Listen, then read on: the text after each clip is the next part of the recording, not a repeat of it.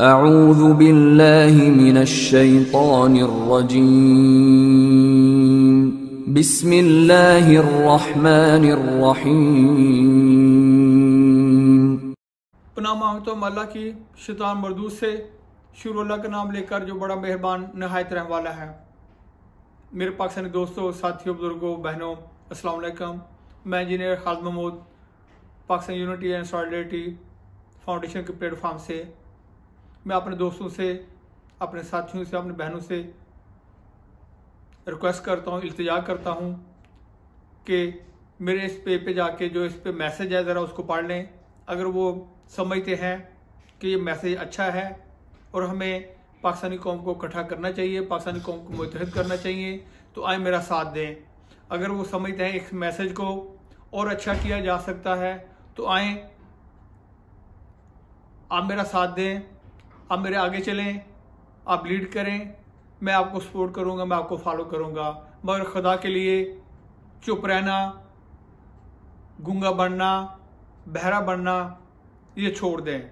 अगर हम लोग चाहते हैं हमारा पाकिस्तान आगे निकले, जहाँ पे एक आम और कॉमन पाकिस्तानी की वैल्यू हो, तो खुदा के लिए एक दूसरे का साथ दो, अच्छे कामों में, ना कि बुरे कामों में।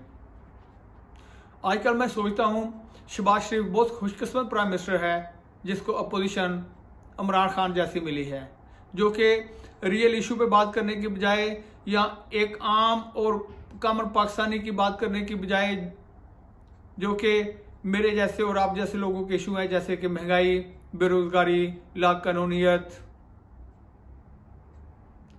मिलावट, इंसाफ का ना होना, इस पे बात करे। वो अपोजिशन को या अपने पैरोकारों को या अपने सपोर्टों को अपनी ज़ात के इर्द गिर्द लेकर घूम रहा है, जैसे कि मुझे क्यों निकाला, ये दूसरे गद्दार हैं, दूसरों पे इल्ज़ाम तराशी करना और जर्नैलों को दिन को ललकारना और रात को उनके तरले या मिन्नतें करना। हालांकि अगर वो आम और कॉमन पाकिस्तान की बात करता है, यकीन कीजिए शहबाज शरीफ भी उस पर एक्शन लेने पे मजबूर होता, उसको भी काम करना पड़ता, मगर इमरान खान ने उसको दूसरे कामों में उलझा दिया और वो खुश है कि लोगों के जो सही प्रॉब्लम या रियल प्रॉब्लम है वहाँ पे लोगों को फोकस करना या लोगों के सवालों का जवाब देना उसको बचा रहा है। मैं एग्जांपल देता हूँ, जिस तरह इमरान खान पे मुझे नहीं पता उस पर हमला किया गया या करवाया गया, क्योंकि मुझे वो सस्पेक्टेड लगता है। जिस तरह इमरान खान बगैर किसी तहकीक के, बगैर किसी तफ्तीश के शहबाज शरीफ, राना सनाउल्लाह और एक जर्नैल पे इल्ज़ाम लगा देता है और इसमें ये मशकूक लग रहा है कि उस पर हमला बाहर से करवाया गया हो सकता है ये हमला इसने खुद ही किया हो, लॉन्ग मार्च से पहलू तही करने के लिए। मुझे उससे सरफ नज़र, मुझे उससे कोई हमदर्दी नहीं, उस पर हमला किया गया या करवाया गया, मगर मुझे हमदर्दी है उन पाकिस्तानियों से, उन दोस्तों से जो कि उसके बाद पीटीआई के कारकुनों के एहतजाज की वजह से परेशान है, जो कि मेरी तरह एक आम पाकिस्तानी है और जो एहतजाज कर रहे हैं वो भी आम पाकिस्तानी है।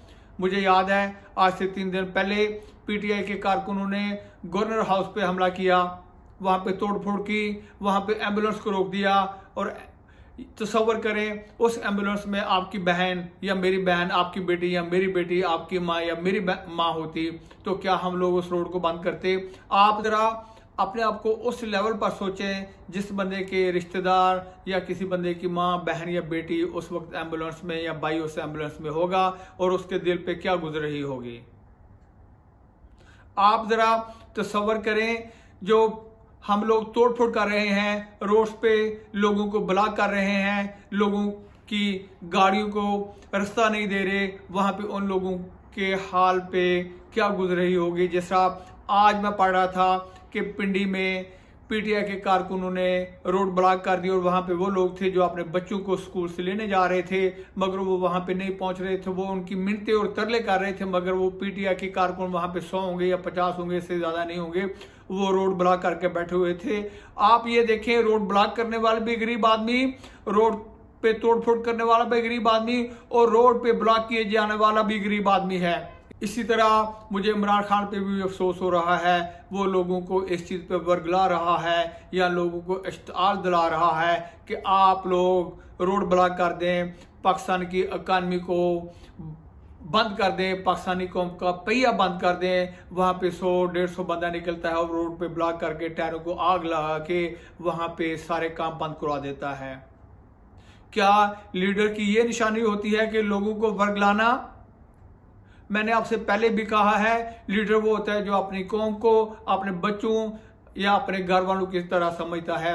और क्या ख्याल है आपका, जो घर का बड़ा सरबराह या बाप होता है वो अपने बच्चों को वर्गलाता है कि एक दूसरे के खिलाफ उठो और तोड़फोड़ करो? नहीं, वो लोगों को मना करता है, खुदा के बंदो अपने घर में तोड़फोड़ ना करो। अगर कोई ऐसा बाप जो अपने घर में तोड़फोड़ करता है तो वो बाप कहलाने के काबिल नहीं होता। इसी तरह इमरान खान लीडर कहलाने के काबिल नहीं है। जिस तरह ये लोगों को वर्गला रहा है कि उठो तोड़फोड़ करो, चीजें तोड़ दो, लोगों को डिस्टर्ब करो, लोगों को परेशान करो। मैं यहाँ इसी तरह मैं एक छोटी सी एग्जांपल देता हूँ आपको, शायद आपको समझ आए कौमें कैसी होती हैं और खुद दर लोग कैसे होते हैं। मेरा एक दोस्त आज से 15 साल पहले तुर्की गया विजिट पे। वो कहता है मैं फुटपाथ पे जा रहा था, आगे से बेकारी आ गया, तो मैं उससे बचने के लिए मैंने कोशिश की मैं थोड़ा सा अपना रास्ता डाइवर्ट कर लूँ। तो मैंने वहाँ पे फुटपाथ के साथ वहाँ पे ग्रीन एरिया था जहाँ पे घास लगी हुई थी, मैंने वहाँ पे पाँव रखने की कोशिश की और वो जो बेकारी मेरे पास आ चुका था, कहता उसने मेरा हाथ पकड़ लिया और मुझे उसने घास के ऊपर पाँव नहीं रखने दिया। मुझे कहता है आपने मुझे भीख देनी है दे, नहीं देनी तो ना दे, मगर मेरे मुल्क की ब्यूटी खत्म ना करें, क्योंकि अगर आपने इस घास पे पाँव रखा तो मेरे मुल्क की ब्यूटी खत्म होगी, घास खराब हो जाएगी। तो कहता है मैं बेकारी कि ये सोच देख के परेशान हो गया, यार ये अपने मुल्क के लिए क्या सोचता है, हालांकि ये है क्या बेकारी। दूंगा आपको नेपाल की, ये 15 साल पुरानी बात है। यहाँ पे एक लड़का था नेपाली, उसका नाम बहादुर था, मुझे अभी तक उसका नाम याद है। वो मेरी कंपनी में लेबर सप्लायर था, लेबर पे काम करता था। वो डेली मुझे आ कहता सर मेरे पैसे बहुत कम है, सैलरी बहुत कम है, गुजारा नहीं होता, तो मैं सोच रहा हूँ मैं पाकिस्तान अपने नेपाल वापस चला जाऊं। तो मुझे साथ ही ये कहता है, कुछ मेरे दोस्त हैं जो दूसरे मुल्कों के हैं, मुझे कहते हैं तुम ऐसा करो यहाँ से कंपनी से भाग जाओ और बाहर काम करो। तो मैंने पूछा तुम भागते क्यों नहीं हो? कहता है सर मसला ये है जिस कैंप में मैं रहता हूँ लोगों को मेरे नाम का बहुत कम पता है, बाकी ये पता है मैं नेपाल का हूँ। कहते हैं अगर मैं इस कंपनी से भाग गया तो लोग क्या कहेंगे, नेपाली भाग गया है। कहते हैं सर अगर मैं भाग गया छोड़ के तो इसकी वजह से मेरा मुल्क बदनाम होगा।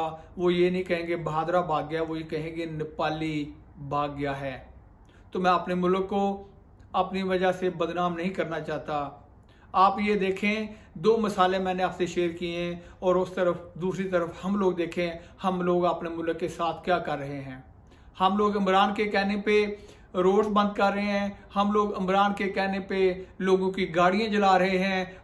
और इसी तरह मुझे अफसोस होता है अपनी हुकूमत पाकिस्तान पे, वो जो 10, 20 या 100 या 200 शर्पसंद है इनको काबू क्यों नहीं कर रही। वो क्या ये हुकूमत पाकिस्तान का फर्ज नहीं है कि लोगों के मालो जान की हिफाजत करे? मुझे समझ नहीं आती ये 100, 200 या 300 शर्पसंद उठ के किस तरह लोगों की गाड़ियां जलाना शुरू कर देते हैं, किस तरह तोड़ फोड़ करना शुरू कर देते हैं, किस तरह अपने मुल्क को बदनाम करना शुरू कर देते हैं। और साथ ही साथ मुझे हैरानगी है हमारे चीफ जस्टिस बंदयाल पे, जो कहता है एहतजाज करना हर आदमी का आनी हक है। चीफ जस्टिस साहब, एहतजाज करना हर बंदे का आनी हक है, मगर उसमें ये नहीं है कि आप दूसरों के लिए प्रॉब्लम क्रिएट करें, दूसरों के लिए परेशानियां पैदा करें या दूसरों को आप तंग करें। आप एहतजाज करें, आप एहतजाज करें मगर रोड ब्लॉक ना करें, आप एहतजाज करें मगर तोड़ फोड़ ना करें। तो क्या ख्याल है अगर पीटीआई के कारकुन या इसी तरह नवाज शरीफ के कारकुन या इसी तरह जरदारी के कारकुन तोड़ फोड़ करते हैं या रोड ब्लॉक करते हैं, तो इसकी जिम्मेदारी उस पार्टी के लीडर पे नहीं होनी चाहिए? क्या इसका मुआवजा उस पार्टी के लीडरों को नहीं देना चाहिए? क्या चीफ जस्टिस साहब, अगर आप किसी को ये परमिशन देते हो कि आप लोग एहतजाज कर सकते हैं, उसके बाद वो लोग तोड़ फोड़ करते हैं और वादा खिलाफी करते हैं, तो क्या ख्याल है उसका मुआवजा आपको पे नहीं करना चाहिए? मैं अपनी पाकिस्तानी कौम से ये दोबारा गुजारिश करता हूँ, दोबारा इल्तिजा करता हूँ, मेरे पाकिस्तानियों, मेरे पाकिस्तानी दोस्तों, लड़ना है तो अपने हक के लिए लड़ो, उठना है तो अपने हक के लिए उठो, मगर उसमें दूसरों को तंग ना करो, मगर उसमें दूसरों को अजियत ना दो। और आप याद रखो, बहसीयत मुसलमान, बहसीयत मुस्लिम, यहाँ पे जो मैं बुरा करूँगा उसका मुझे आखिरत पे लाजमी सिला मिलेगा, उस पर मुझे आखिरत पे लाजमी सज़ा भी मिलेगी। अगर मैं अच्छा काम करूँगा तो उसको मुझे सिला मिलेगा, अगर मैं बुरा काम करूँगा तो सिर्फ मुझे सज़ा मिलेगी।